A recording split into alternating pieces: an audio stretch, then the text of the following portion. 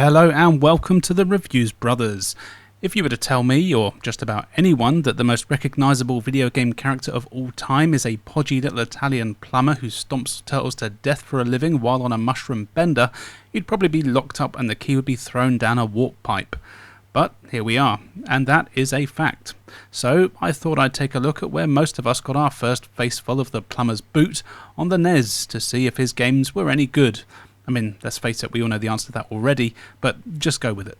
Now, how about I shut up, you press that subscribe button, and we take a look at some games.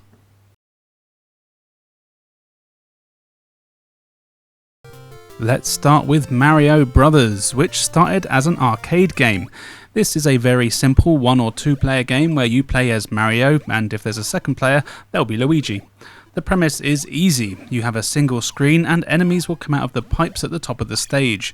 Your goal is to jump and hit the platform below them to knock them over, and then run into them to kick them into oblivion.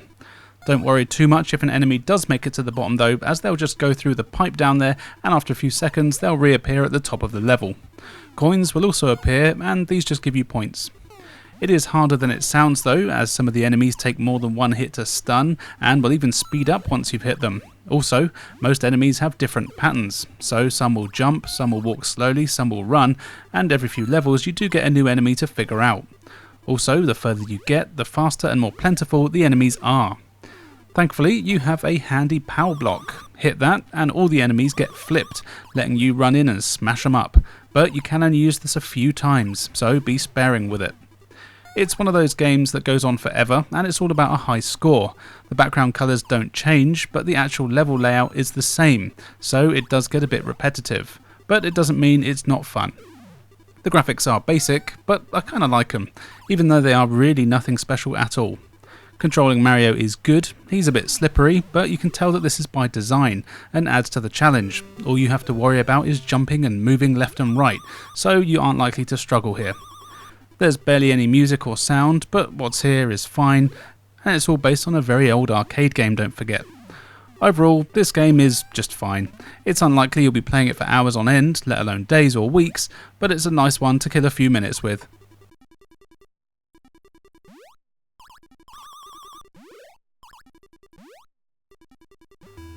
Sticking with the arcade, here is Donkey Kong Classics, which is one of the first games I got for my NES, or should I say my brother got, it was his NES. This is a great cartridge featuring ports of Donkey Kong and Donkey Kong Jr. In Donkey Kong you play as Mario, and your missus, who's Pauline at the time, has been ape-napped by the dastardly Donkey Kong, so you have to traverse a few single screen levels to get her back. The levels are filled with obstacles and enemies and drops that will kill you in one hit, and I remember it taking me forever even just to get past the first level, but nowadays I'm a pro and I can beat the whole thing in under 5 minutes. But that's okay, as it's kind of the point, as when you finish the game it just loops and gets faster and faster each time and having more enemies appear until it's so fast and furious that you just don't have a chance. There are only 3 levels you have to worry about. The first where DK is throwing barrels at you, then a second with lifts and ladders where bouncing jacks are all over the place, and then a third where you have to remove blocks on girders to make DK fall and get brain damage. The game is always fun for me and I never get bored of playing it. I think there are more levels in the arcade version and there definitely are more in the awesome Game Boy version, but we're not talking about those.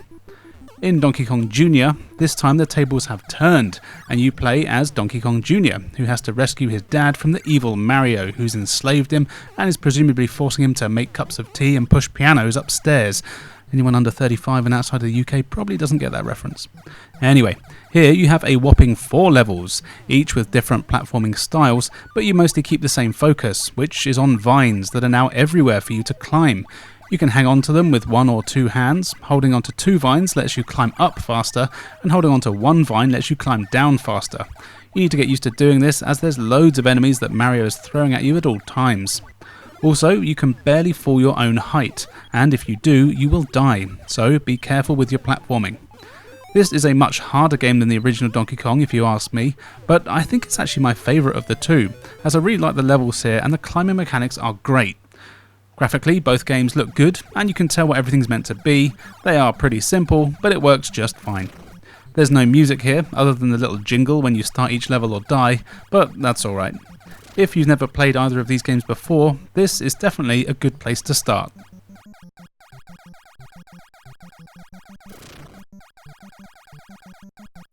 Now let's get these ones out of the way, shall we? Here is Super Mario Bros., released in 1985, the year I was born. Now I'm pretty sure there's nothing I can say about this game that you don't already know, unless you're Beltbuckle Bill, in which case you're probably too busy playing Bubble Bobble on your C64, and you know what, that's an awesome game, on an awesome system, so that's pretty cool. Anyway, yeah, you've all played this game before, it's Mario. The evil King Koopa has nabbed Princess Toadstool, so Mario has to go through 8 worlds to get her back. You can run, sprint, jump, swim and throw fireballs, provided you got the right power-ups that is, and you'll need to use all of these to get through the game, as it can be pretty damn tricky. It really is amazing how well this game holds up as a platform game. The levels are all excellent and laid out in a way that teaches you how to play the game perfectly, seeing the single enemy at the start, the blocks you can break, and teaching you how to hold down the B button to sprint so you can make longer jumps is all done so well. Now, the variety in levels isn't necessarily amazing, and some of them are quite similar, but they do a good job of mixing up things, like being overground, underground and wobbling free. You can even do swimming on some of them. You'll immediately recognise the enemies and power-ups, and if you've ever played a different Mario game, everything will be very familiar. The sounds and music are also stuff that you will have heard loads of times since this game, as they do make an appearance in a ton of Mario games, even today.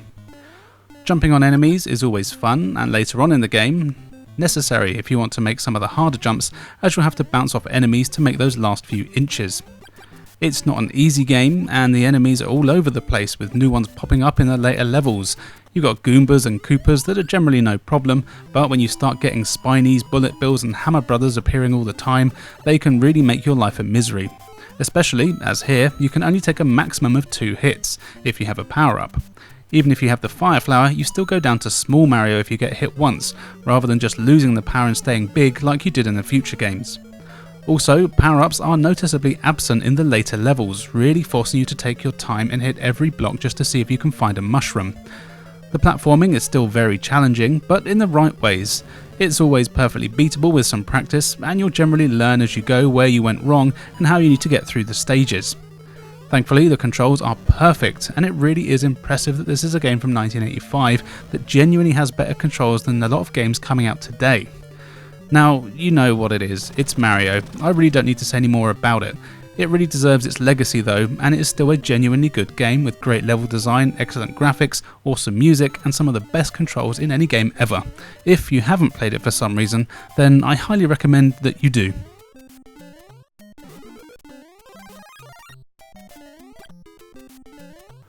Before I move on to the non-Japanese version of Mario 2 with some news that will blow your mind and has definitely never been mentioned on the internet before, let's look at Mario 2 released for the Famicom Disk System in Japan. This is a direct follow-up to the first Mario game, of course, and it's basically identical in terms of graphics, sound, music, controls. In fact, these days it would just be DLC or extra content, as it literally is just a load of new levels. But man, these ones are really hard, and the reputation that they have is worth it. Even the very first level will kick your ass, no matter how much you've played the original. The addition of the tricky poison mushroom is now just pure evil. It's a dark mushroom with a face, and it's the first power-up you get, but if you touch it, you die, so don't. The only other additions really are the clouds and the scenery having faces, not exactly groundbreaking stuff. Oh, and then there's the fact that you can choose to play as Luigi if you want to, and he plays very differently to Mario. I'd even say he's more difficult. The sprite is exactly the same, but different colours of course, and Luigi does jump higher, and needs a lot more time to speed up and slow down. He skids around everywhere. He takes a lot more practice to get used to, but it is nice to have the choice. So yeah, that's really all you need to know. If you're a fan of the first game, this is well worth a look, as it's more of the same, but beware as it really is very tough. But if you like a challenge, then you can't go wrong.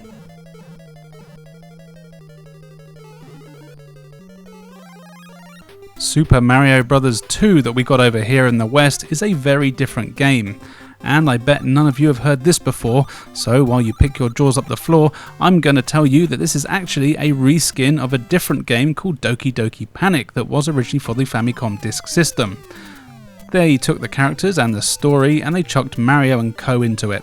I know, you get all the breaking news on this channel. The thing is, I'm glad they did, because I love this game and I think it's way better than the other Mario too. First off, everything looks fantastic. The graphics are great with huge detailed sprites and worlds that really put the first game to shame. Also, the mechanics have been really changed up here. You can still jump on enemies, but this doesn't kill them. Instead, you'll ride on them, unless they're spiky, in which case you can't. But then you can pick them up and throw them at the other enemies to kill them. Or sometimes you'll find vegetables all over the place. Pick these up and chuck them at enemies.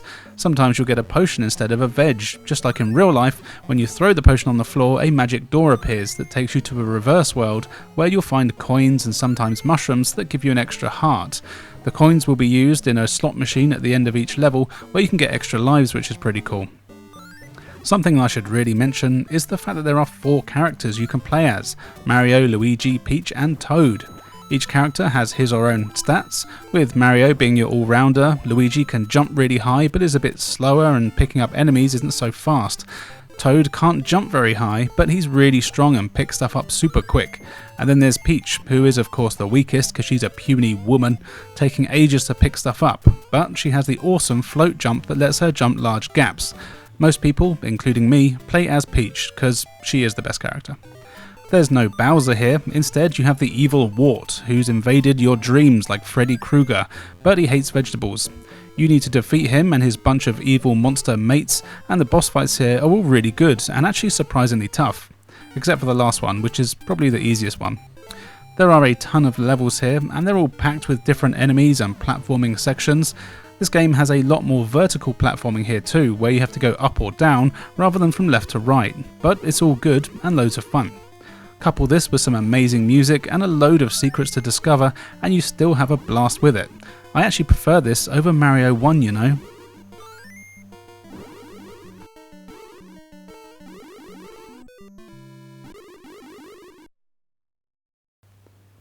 And then there's Mario Bros. 3, another game where there's nothing I can say that you don't already know. This one goes back to the roots and is more a traditional 2D platform game where you can only play as Mario or Luigi in 2-player. Bowser is up to his old tricks and has nabbed old Peaches, so you can go rescue her. This is the game that introduced the overworld map, where you can choose your route to an extent, and this is a really nice touch, as there are once again a ton of levels, and I'll be honest, some of them are ones that you probably want to avoid. They went above and beyond in terms of power-ups here, and there are so many to choose from. You get the Fire Flower back, but now you have Raccoon Mario, Frog Mario, Tanuki Mario, Hammer Bro Mario, and there's probably others that I'm forgetting. Of course, the most important power-up here is the P-Glove. The P-Glove is yet to be surpassed in any game in past or any game that is going to be made in the future. There is no glove that can compare to the P-Glove. In fact, it's so important that an entire podcast has been dedicated to it, thanks to the Secret Levels podcast inspired by the one and only Toby Von Doom and lovingly created by a friend of this channel, the Masked Llama, exploring the mysteries of the P-Glove. Link is in the description below, make sure you check out that podcast. P-Glove. Anyway, where was I? Yes, there is so much to this game, it is fantastic. The graphics are a massive step up and everything just looks great. The visual style really holds up so well still to this day with large sprites and 8 vastly different worlds, including the fan favourite Big World. The music and sound are all excellent, and again you'll recognise a lot of the melodies as they're still used in some form or another in new Mario games to this day. Something I really like here is that you can hold on to any items you collect in the overworld and use them whenever you want before you go into a level. This is great as it means that you can get the help on any particularly tricky levels by starting them invincible or with a fire flower, or if it's a level you really hate, you can just use the P-Glove to skip the whole thing. P-Glove. You have to fight Bowser's kids in this one, and they are another addition which have stuck around in the series. In fact, it's all of them except Bowser Jr., which is a bit odd, but never mind. As always, the controls here are fantastic, and all the new additions, like being able to fly, feel natural, and you can figure it all out without too much trouble. Anyway, look, you know the drill, it's Mario 3. It really is a fantastic game that is just as much fun to play now as it ever was. Again, if you have never played it, the NES version is just as good a way to play it as any, and in fact it's probably my preferred way to play it. But I'm guessing everyone here has played it.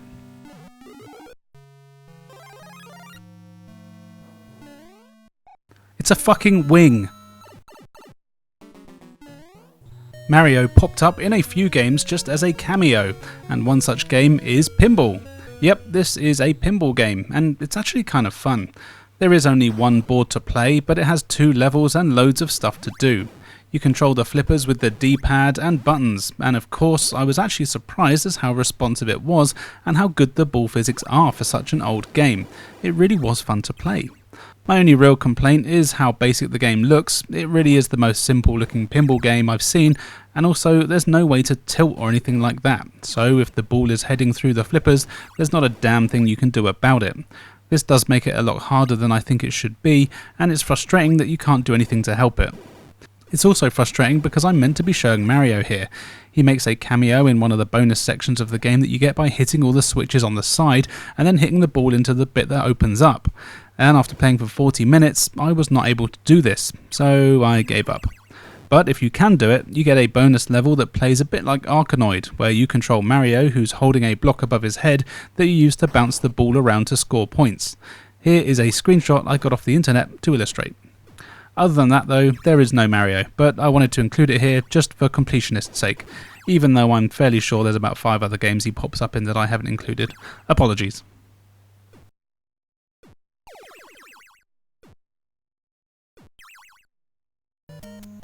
Here's one that, as far as I can see, stayed in Japan, and that is Mario Open Golf. Now, the Mario Golf games are still going to this day, along with a ton of other sports he's surprisingly good at. Here, it's a pretty basic golf game, and not one that has anything really to do with Mario, other than the fact that you play as him, and there's a picture of Princess Peach every now and then.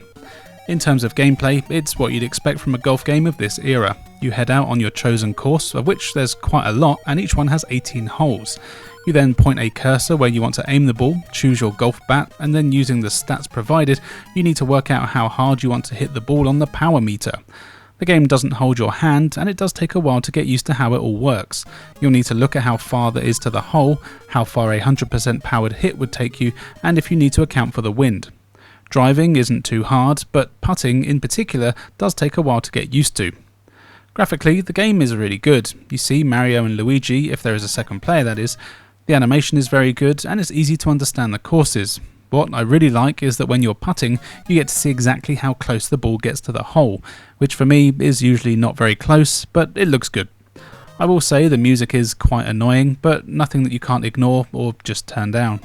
Overall, it is a pretty standard golf game, but it's fun if you're a fan, and you could do a lot worse.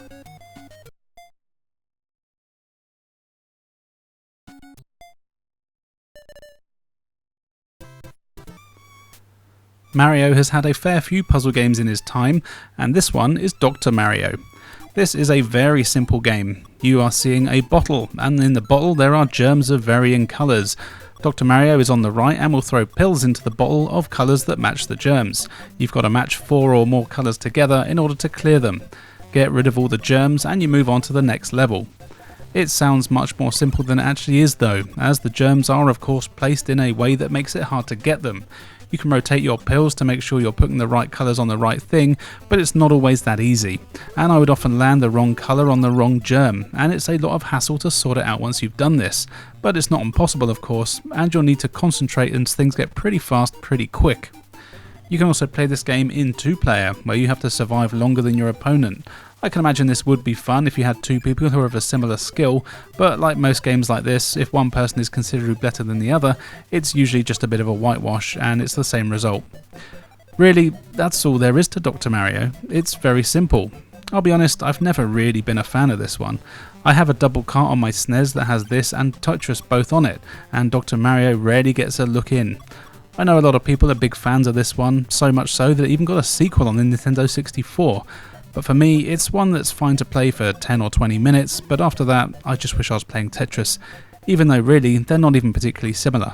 But yeah, give it a go, you might like it.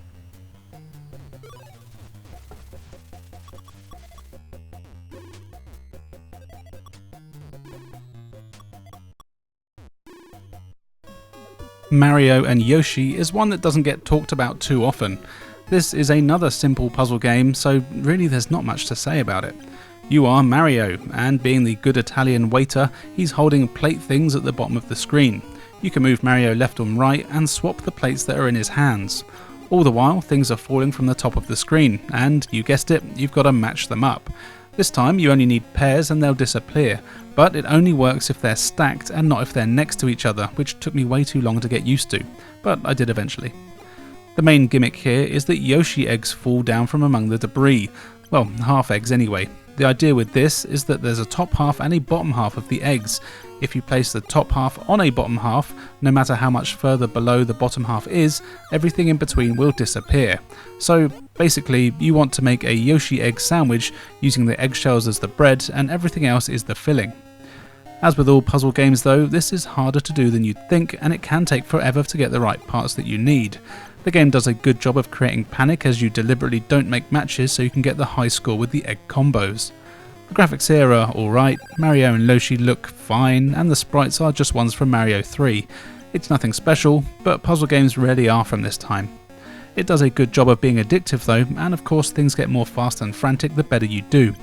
This one is pretty addictive and I did enjoy my time with it. It is worth a look if it looks interesting to you.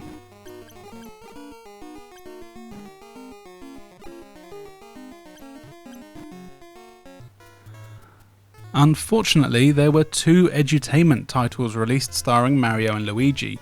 This one is Mario is Missing. Here, Mario's gone missing, so Luigi has to go find him.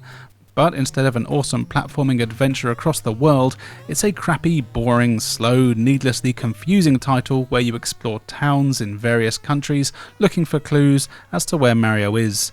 It's really just no fun to play at all, it's all slow and tedious. Graphically, the game looks alright and uses sprites from Super Mario World on the SNES. They aren't as detailed, but they look alright. The towns are fine and the derpy looking other people walking around are fine, but some of them have a real Sloth from the Goonies vibe going on. Most of my admittedly short time playing this game was spent wandering around a town aimlessly, completely getting lost and trying desperately to get anything to happen. I was told by one of the townsfolk that the Koopas were being twats, so I squished some and got some money with some terrible jump controls and collision detection. Thankfully you can't die. Then I did manage to get Yoshi to come find me after seeing some clues as to where I was, namely a picture of King Kong. There was also a torch, which I'm guessing that something was happening in Greece. But by this time I was bored and frustrated and vowed never to play the game again. It's just a shame that there is a SNES version, as I know I'll end up doing a video with that somewhere along the line. Don't play this one unless you're an absolute collector, and even then, don't play it. If you do, make sure you read the manual first, as the game is in no way user friendly and you'll need it to know what the hell is going on.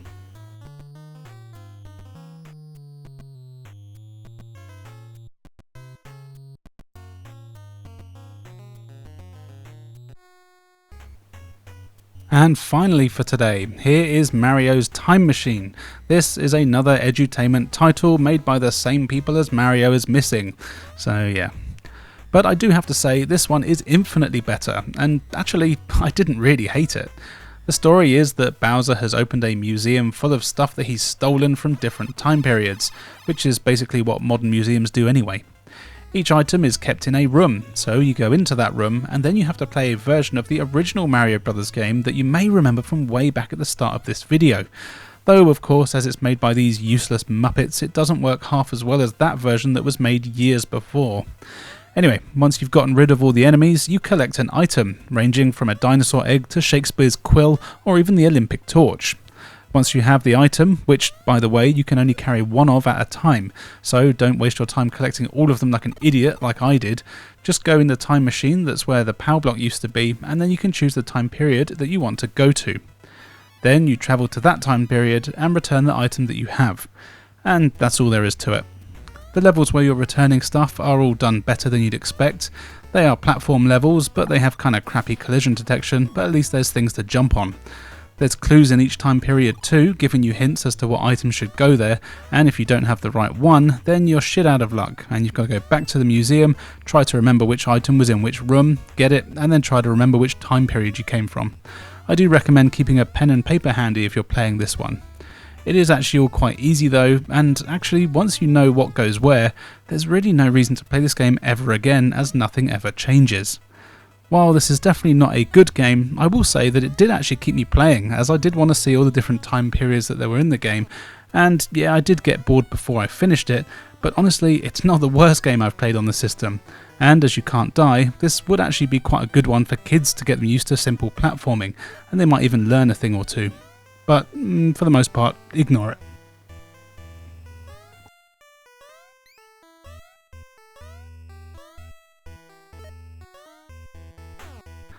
So there you go, every game that I could see on whatever website it was I looked at for the NES that Mario rears his ugly face. Which one is your favourite? I know, it's Mario 3, but still, let us know in the comments below. On screen now you can see where you can follow us, so why not do so? We've got loads of cool stuff for everyone to enjoy. Now, all that's left for me to say is thank you for joining us, and we'll see you next time. P-Glove, Jesus.